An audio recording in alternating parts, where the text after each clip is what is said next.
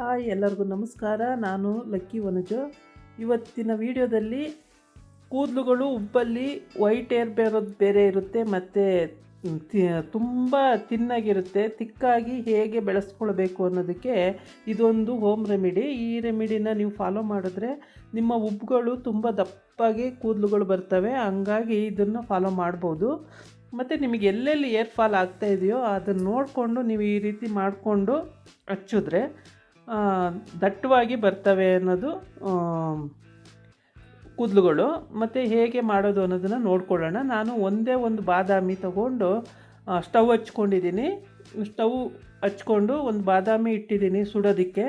ಇದು ಫುಲ್ಲು ತುಂಬಾ ನೀಟಾಗಿ ಸುಟ್ಟು ಹೋಗಬೇಕು, ಅಂದರೆ ಕರಿಕ್ಕಾಗಿ ಸುಡಬೇಕು. ಅದು ಫುಲ್ಲು ಅದು ನೋಡಿ ಸುಡ್ತಾ ಹೇಗೆ ಬೆಂಕಿ ಬರುತ್ತೆ ಅನ್ನೋದನ್ನು.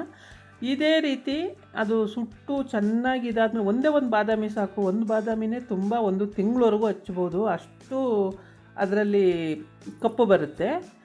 ಇದನ್ನು ನಾವು ದಟ್ಟವಾಗಿ ನಮ್ಮ ಉಬ್ಬಿಗೆ ಅಥವಾ ಮೀಸೆಗೆ ಅಥವಾ ನಿಮಗೆ ಎಲ್ಲಿ ಬೇಕು ಅನಿಸುತ್ತೋ ಅಲ್ಲಿ ಹಚ್ಕೊಂಡ್ರೆ ತುಂಬ ದಪ್ಪವಾಗಿ ಬರ್ತವೆ. ನೋಡಿ, ಈ ರೀತಿ ಬೆಂಕಿ ಬಂದು ಸುಟ್ಟು ಅದು ಫುಲ್ಲು ಮಸಿ ಥರ ಆಗಬೇಕು. ಅದೇ ಬೆಂಕಿ ಹತ್ಕೊಂತು ನೋಡಿ, ಎಣ್ಣೆ ಅಂಶ ಇರುತ್ತೆ ಅಲ್ವಾ, ಅದೇ ಬೆಂಕಿ ಹತ್ಕೊಂತು. ಬೆಂಕಿ ಹತ್ಕೊಂಡ್ಮೇಲೆ ಈಗ ಅದನ್ನು ಆರಿಸ್ಬಿಟ್ಟು ನೋಡಿ, ಈಗ 2 ಹೋಳಾಯಿತು. ಒಂದೇ ಬಾದಾಮಿ 2 ಹೋಳಾಗಿದೆ. ಇದನ್ನು ಚೆನ್ನಾಗಿ ಇದನ್ನು ಸ್ವಲ್ಪ ಆರಿದ ಮೇಲೆ ಈ ರೀತಿ ಒಂದು ಕಲ್ಗುಂಡು ಅಥವಾ ಕುಟ್ಟಣಿ ಏನೋ ಇದ್ದರೆ ನಿಮ್ಮ ಮನೇಲಿ ಅದನ್ನು ತೊಗೊಂಡು ಈ ರೀತಿ ಮಾಡೋದ್ರಿಂದ ನೋಡಿ, ಇದಕ್ಕೊಂದು ಎಣ್ಣೆ ಹಾಕಿಲ್ಲ ಏನಿಲ್ಲ, ಆದರೂ ಕೂಡ ಬಟ್ ಎಷ್ಟು ನೀಟಾಗಿ ಅದು ಮ್ಯಾಶ್ ಆಗಿದೆ ಅಂದರೆ ತುಂಬ ಚೆನ್ನಾಗಿ ಪೇಸ್ಟ್ ಆಗಿದೆ. ಈಗ ಇದನ್ನೆಲ್ಲ ತೊಗೊಂಡು ನಿಮಗೆ ಎಣ್ಣೆ ಏನಕ್ಕೆ ಹಾಕಬೇಕು ಹರಳೆಣ್ಣೆ ಅಂತಂದರೆ ಕೂದಲು ದಟ್ಟವಾಗಿ ಬರೋದಕ್ಕೆ ಒಂದೇ ಒಂದು ಡ್ರಾಪ್ ಹಾಕೊಂಡ್ರೆ ಸಾಕಾಗುತ್ತೆ. ಅದು ಬೇಕಿಲ್ಲ, ಆದರೆ ಕೂದಲು ಬೆಳೆಯೋದಕ್ಕೆ ಈ ಬಾದಾಮಿ ಪೇಸ್ಟು ಮತ್ತು ಆ ಎಣ್ಣೆ 2 ಮಿಕ್ಸ್ ಮಾಡಿದ್ರೆ ತುಂಬ ಚೆನ್ನಾಗಿ ಬರುತ್ತೆ ಅಂತೇಳ್ಬಿಟ್ಟು ಇದನ್ನು ಹಚ್ಚೋ ರೀತಿ ಹೇಗೆ ಅನ್ನೋದನ್ನು ನಾನು ಇವಾಗ ತೋರಿಸ್ತೀನಿ.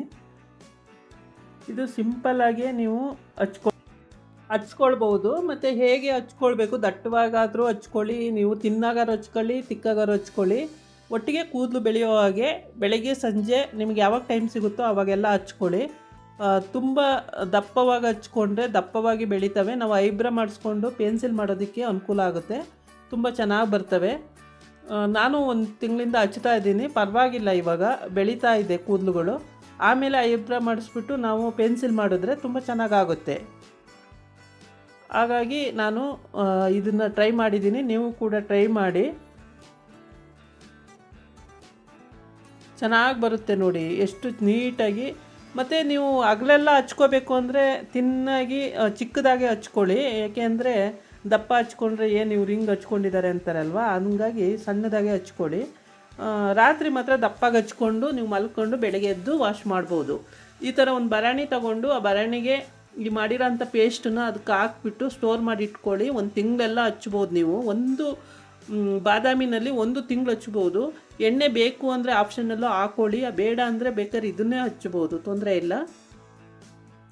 ಈ ರೀತಿ ಎಲ್ಲನೂ ಹಾಕ್ಬಿಟ್ಟು ಅದರೊಳಗೆ ಮತ್ತು ಬಡ್ಸ್ ಬರುತ್ತೆ ಅಲ್ವಾ, ಬಡ್ಸಲ್ಲಿ ನೀವು ಒಂಚೂರು ಕಟ್ ಮಾಡಿಕೊಂಡು ಇದ್ರೊಳಗಡೆ ಹಾಕಿಟ್ಕೊಬಿಟ್ರೆ ಪ್ರತಿ ದಿವಸ ನೀವು ಹಚ್ಕೊಳ್ಳೋಕ್ಕೆ ಅನುಕೂಲ ಆಗುತ್ತೆ.